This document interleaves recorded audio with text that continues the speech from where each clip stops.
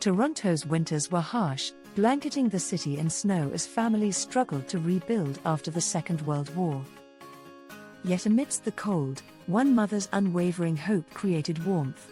John and Mary had devoted nearly 50 years to one another, building a life founded on love and sacrifice. Their son, David, served bravely in the Canadian Army, waiting longingly for the day he would return home. The couple owned a small pie shop, a cherished gathering spot known for its delicious pies and comforting atmosphere. Every day, the smell of baked goods wafted through the air, drawing in neighbors and friends alike. John took immense pride in their work, crafting each pie with care and dedication, which made their shop famous throughout the community. One bitterly cold morning, John ventured into the nearby forest to gather firewood for their ovens. Suddenly, an old bear charged from the underbrush. He fought back with instinctual resolve, but despite overcoming the beast, he sustained deep wounds. Bleeding heavily, he fought to return home, where he longed to embrace Mary one last time. Meanwhile, Mary grew anxious as daylight faded and John failed to return.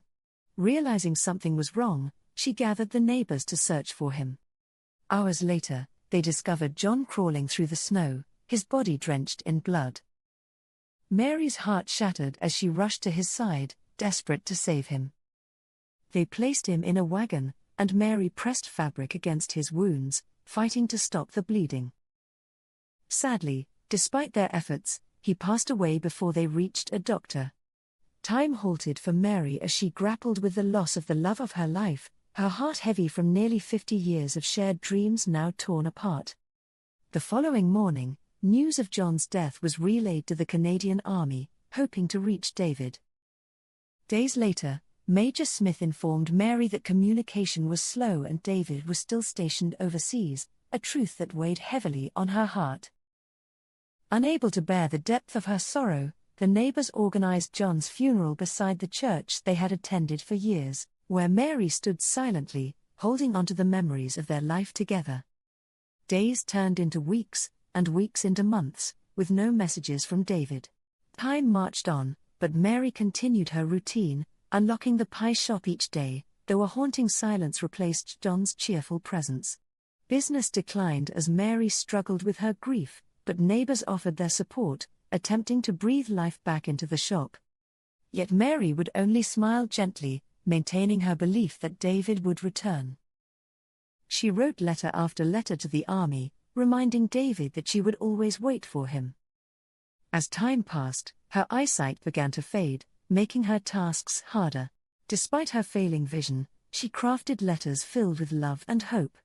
Each letter concluded with the promise that she would always be waiting for her son. Years rolled by, and still no news arrived.